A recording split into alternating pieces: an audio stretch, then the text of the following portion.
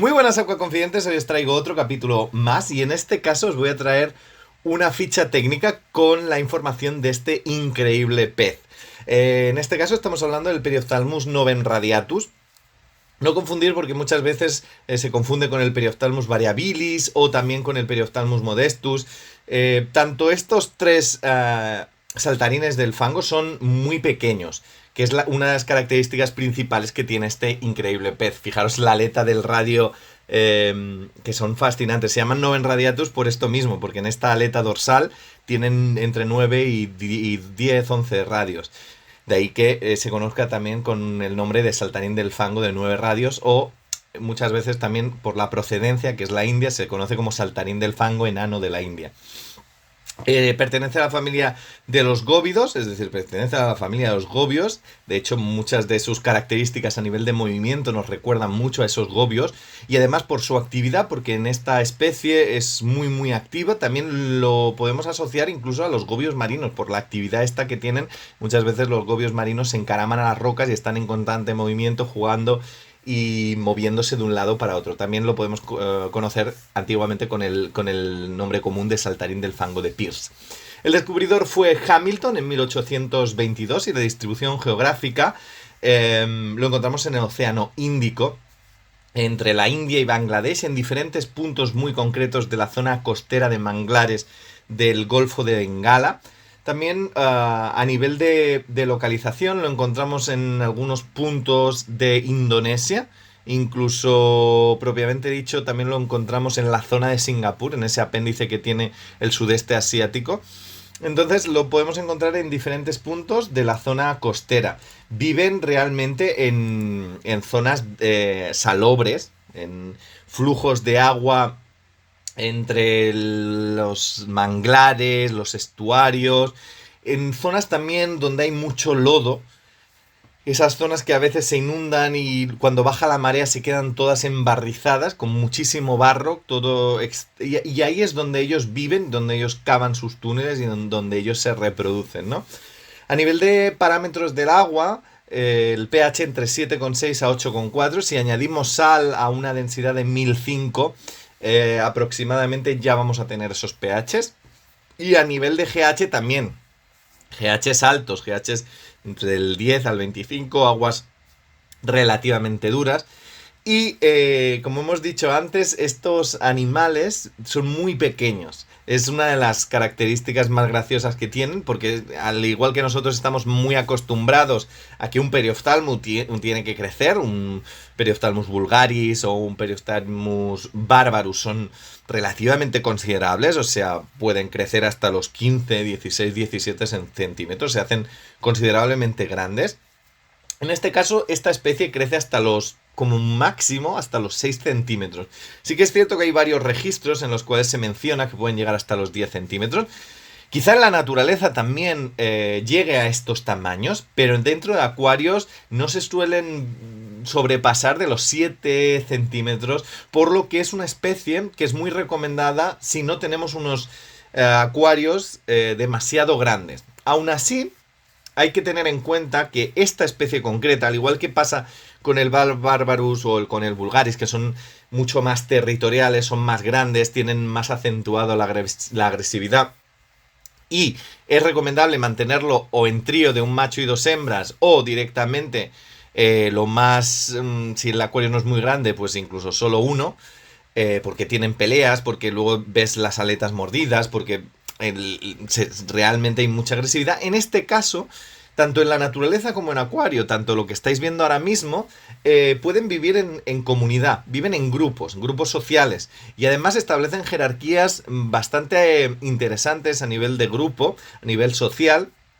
Y también los territorios están como muy marcados entre ellos y cada uno se queda en esas zonas. Y sí que es cierto que en el momento de comer, como ya habéis visto, se pueden llegar a marcar, se pueden llegar a echar de un lado para otro, pero en este caso no tenemos, como pasa con otros periophthalmus, que sí que hay una agresividad que realmente se hacen heridas y que la calidad de vida al final de los individuos que son más débiles al final incluso pueden llegar hasta la muerte. En este caso no, son mucho más pequeños, son mucho más vivarachos, pero sí que es cierto que, como estáis viendo, ahora luego hablaremos sobre el tipo de acuario, necesitan esas zonas diferentes donde entre ellos se puedan esconder y puedan generar esos territorios.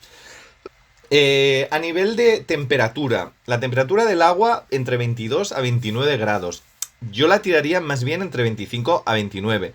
Son zonas costeras donde el sudeste asiático en periodos muy concretos hay muchísima humedad, las aguas están relativamente calientes y que por tanto también esta humedad ambiental hace que las branquias de ellos se mantengan ligeramente hidratadas, que eso es muy importante.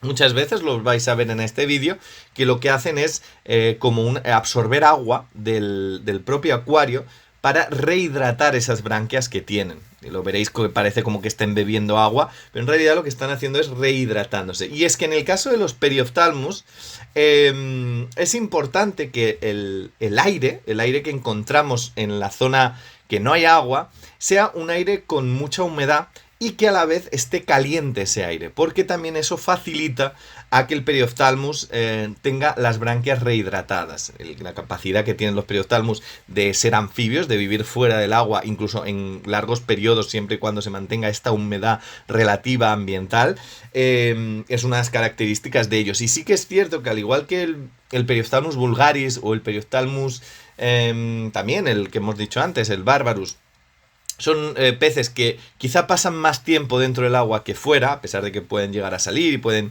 si la zona emergida está bastante lodosa y tal, pueden salir fuera del agua. En este caso, si os fijáis, el Novem radiatus son peces que están constantemente fuera del agua.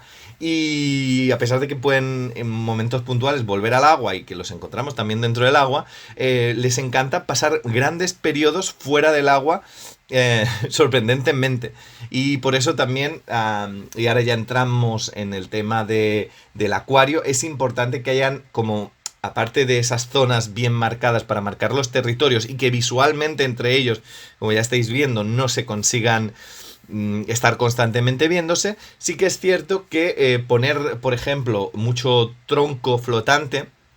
Entre ellos se camuflan porque además tienen esta coloración increíble que es como así como muy similar al corcho, o con esos tonos entre marrón oscuro, marrón claro, esos puntos iridiscentes de color azul punteado. También es cierto que a nivel de belleza, a nivel de como animal, son súper bonitos. De hecho, yo me atrevería a decir que son uno de los periophthalmus que a nivel de patrón de cuerpo es más bonito. El periophthalmus barbarus sí que es cierto que tiene la cara como con ese punteado y al ser más grande le ves los puntos azules en la cara, pero a nivel de cuerpo es mucho más homogéneo, es mucho más marrón clarito, grisáceo. En cambio estos son un poquito más pequeños, un poquito bastante, pero a su vez el patrón de la librea que tienen en el cuerpo es súper bonito a nivel de punteado y a nivel de coloración.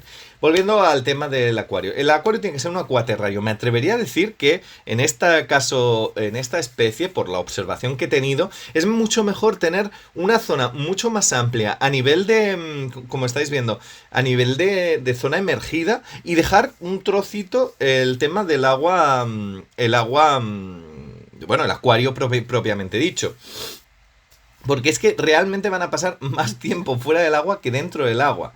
El acuario tiene que ser, como hemos dicho, salobre. Poner una densidad de 1005 está más que bien. Pueden vivir en agua dulce, pero sí que es cierto que en las zonas en las cuales se encuentran estos animales en la naturaleza, zonas de manglar, zonas inundables, estuarios y tal, realmente sí que se produce la salinidad dentro. Quizá hay otras especies de periophthalmus que están más acostumbrados al río, al final del río, con densidades mucho más bajas. Pero en este caso, en densidades de agua dulce, perdón. Pero en este caso sí que es cierto que la densidad del acuario tiene que ser 1005. Podemos incorporar plantas que aguanten, como puede ser el manglar o como pueden ser el Microsorum, muchas veces aguanta dependiendo qué salinidades. En 1005 yo creo que el Microsorum no tendría ningún problema. Y lo que hemos dicho antes, poner una tapa para mantener la humedad relativa del aire alta, y además que ese aire sea caliente y facilite también el tema de las branquias. ¿Qué más decir? Son peces que además concretamente, la mayoría de gobios tienen esta capacidad, pero en las aletas ventrales tienen la capacidad de hacer como una especie de ventosa, luego lo veréis también en el vídeo, y pueden llegar a escalar el cristal directamente. Por lo tanto, la tapa, que no solo nos haga para aumentar la humedad relativa y el calor de la parte emergida, sino que también nos facilite que estos peces, como el agua esté muy alta, pueden llegar incluso o no haya perimetrales, realmente pueden llegar a salirse fuera del acuario. Por lo tanto, la tapa es importante en estos peces. Poner sobre todo mucho tronco flotante, como hemos dicho, podéis poner corchos, son zonas en las cuales constantemente no se vean. Como son muy pequeñitos, estos peces, con nada que pongas un tronco, como estáis viendo, pequeño, ya les hace de barrera visual para que no haya ningún tipo de lucha, ¿no? Aún así, sí que es cierto que en momentos puntuales, como hemos visto al principio del vídeo, en la hora de comer, sí que es cierto que entre ellos se suelen marcar bien los territorios. El acuario, para mantenerlos, yo aconsejo que, a pesar de que son muy pequeños, poner un acuario relativamente grande, de unos 200 litros, una cosa así, sobre todo a nivel de superficie, porque no requiere de una cantidad de agua muy alta, un nivel de agua alto, con un nivel de agua bajo y mucha superficie a nivel de zona emergida es más que suficiente. Pero sí que es cierto que si cogemos un grupo de unos 10 individuos, una cosa así, hay que crear bien los territorios y el acuario tiene que ser lo suficientemente grande para que estos animales realmente los puedas disfrutar bastante bien. Muchas veces también en estos acuarios se puede poner incluso muchas plantas en emergido, rollo bromelia, rollo tilansia, rollo que no toquen el agua, y también es muy interesante también a nivel de coloración ver este tipo de plantas normales, de terrestres o aéreas, que se pueden combinar también en este tipo de acuarios. A nivel de alimentación, es muy recomendable el alimento congelado. Lo aceptan súper bien, comen directamente alimento congelado sin ningún tipo de problema. Ya lo hemos visto al principio del vídeo, comen directamente la pipeta. Yo empezaría con la larva roja, que está muy bien, y luego ellos también en su ambiente natural son especialmente son depredadores de pequeños invertebrados. Por lo tanto, también podemos complementarlo con artemia congelada, podemos probar con gamarus congelados, podemos probar con diferentes invertebrados de alimento congelado, de los típicos de daditos, y aparte también podemos combinarlo con presa viva. Muchas veces ellos en la naturaleza pueden llegar a trepar directamente a un árbol, hemos dicho antes, dando saltos y con las aletas ventrales. En este caso son súper escaladores, súper saltarines. Y sí que es cierto que a nivel de, pues le podemos dar quizá un pequeño grillo, que también muchas veces lo aceptan bastante, o pequeños cangrejitos, o la verdad que es que la dieta de estos animales tampoco es excesivamente compleja, y además aceptan, fijaros aquí las aletas ventrales, que es que literalmente las utilizan como otro par de patas más a la hora de moverse. Son súper ágiles a nivel del movimiento. Y también a nivel de temperamento, ya lo hemos un poco hablado antes, establecen jerarquías sociales muy definidas, viven en grupos, y es lo que hay que intentar recrear. No son para nada extremadamente territoriales, como puede pasar con otras especies. Quizá a lo mejor se muerdan momentáneamente las aletas caudales, pero no llega más. No es como el Periostamus barbarus, que sí que le puedes ver realmente heridas a los ejemplares más débiles, incluso pueden llegar a arrancarles la cola, o realmente sí que es cierto que en este caso no. Es un pez súper recomendable para principiantes, para disfrutarlos y que muchas veces también es encontrar la especie adecuada. Sí que es cierto que a lo mejor es un poco más difícil de encontrar, pero en este caso, a nivel de encontrarlo en tienda, me refiero. Pero sí que es cierto que si vamos a tener un acuario relativamente de 200 litros pequeño con Periophthalmus, pues vamos a elegir esta especie mucho más antes. Fijaros qué saltos pueden llegar a dar. La zona natatoria lo encontramos a nivel de, en este caso, zona demersal, pero más tiempo fuera del agua que dentro del agua. Y la longevidad de vida son pues más o menos entre 5 a 10 años. Sí que es cierto que a nivel de longevidad más bien rondan los 5 6 7 años que no los 10. Al nivel de... son bastante más pequeños y por lo tanto también viven bastante menos que otros perioftalmos que a lo mejor son un poquito más grandes. A nivel de experiencia para mantenerlos, sí que es cierto que si seguís los consejos que os he dado, a nivel de montaje de acuario, a nivel de estructura, a nivel de cantidad de grupo, a nivel de, pues lo que hablábamos antes, de zona emergida, zona de el tema de la humedad relativa y el calor ambiental y todo esto, si seguís estos pasos que son muy básicos, realmente no es complejo para nada. Se aclimatan muy bien, llegan súper de buena salud, comen el primer día, realmente son animales que ya los ves que no te van a dar mucho problema, incluso si no tienes mucha experiencia manteniendo perioftalmos. O sea que en este sentido, súper recomendable también si queremos iniciarnos con algún tipo de perioftalmus y no queremos que luego el perioftalmus barbarus se nos haga una bestia enorme que luego incluso... Fijaros aquí como son trepadores literal, o sea, no se estaba engañando, lo estamos viendo aquí en el tronco. Y es que tienen esta capacidad. Muchos de estos animales suben a trepar a los troncos para cazar pequeños insectos y además tienen esta agilidad de saltar al momento y desaparecer propiamente dicho. La verdad que es una especie que a nivel de comportamiento a mí me ha gustado más encontrármela que otras especies de periophthalmos que a lo mejor son un poco más asustadizas. Estos son bastante más canallas, son de salir, de ir para acá, de ir para allá, de moverse, de tal, y eso también le da mucha vidilla al acuario, no te cansas. Muchas veces si empiezas con un periophthalmus porque te parece súper interesante y luego al cabo de un tiempo ya cuando ha pasado ese hype de que salen fuera del agua y tal, lo dejas abandonado. Con esta especie no os va a pasar eso.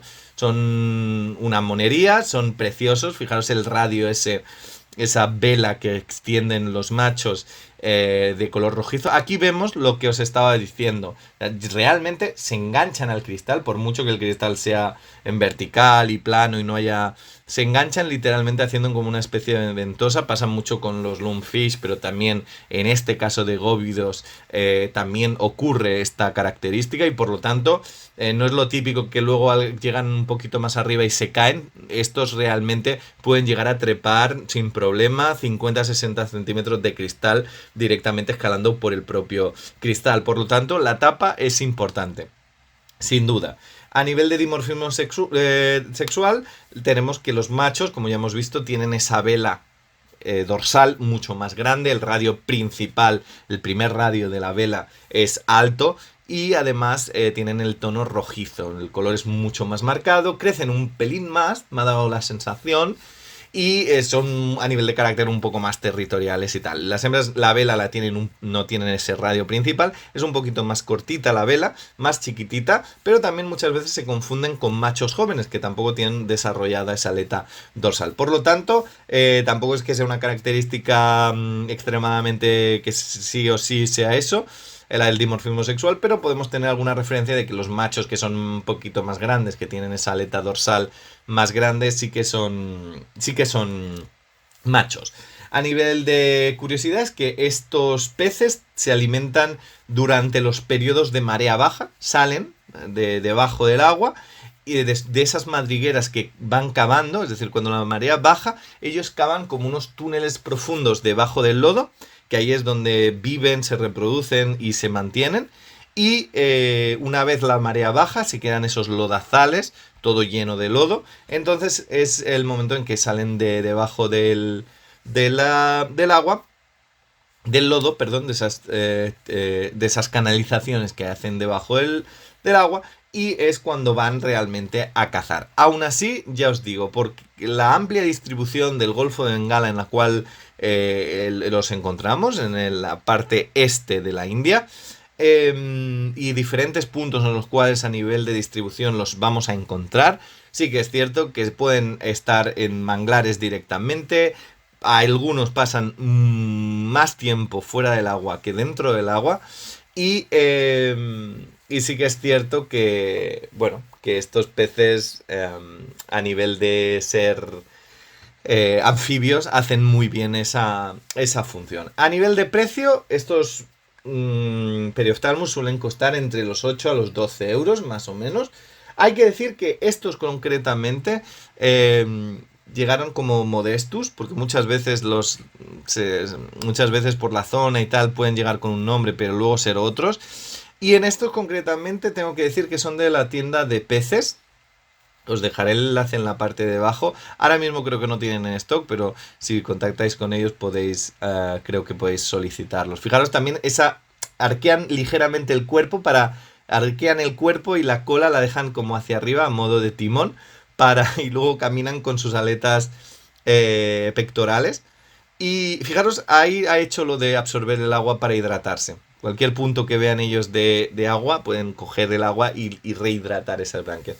Como decía, estos son de la tienda Peces, creo que ahora mismo no hay en stock, pero si habláis con ellos o contactáis con ellos, os pueden dar una referencia de si los van a traer, si no los van a traer y tal. Están como Periophthalmus modestus, pero en este caso sí que es cierto que son Noven radiatus claramente. Y básicamente ya estaría. Como siempre os digo, os voy a dejar, porque aún queda un pelín, quedan 4 minutos de vídeo, os voy a dejar luego un poquito más de vídeo porque me parecen súper bonitos. Fijaros la librea de color con las rayas, el punteado como camino, fijar cómo plegan las aletas a modo de descanso y se quedan solo con las... Es un pez para pasar periodos mirándolo, disfrutando de ellos. Hacen también como una especie, cuando se les reseca la piel, no sé si los habéis visto en el vídeo en algún momento no me he fijado yo. Muchas veces para rehidratar la zona de la piel del lomo, de la parte de... Hacen como una especie como de voltereta, hacen como un giro. La verdad que son una pasada a nivel de pez. Y os voy a dejar, porque aún quedan unos minutitos y creo que son muy bonitos porque están constantemente haciendo cosas. Y como siempre os digo, ¿veis? Esas son las hembras. Las hembras tienen un radio un poquito cuando lo extienden más chiquitito, pero no es del todo cierto porque muchos de los machos que no están todavía maduros o que no son machos dominantes también tienen esa veleta un pelín más corta. Pero sí que es cierto que las hembras son un poquito más claritas, un poquito más pequeñas y tienen esa aleta de dorsal un poquito más pequeña. Pero bueno, dicho todo esto, os deseo lo mejor. Espero que os haya gustado esta ficha. Espero poder seguir trayendo fichas. Les deseo lo mejor. Un saludo y hasta la próxima.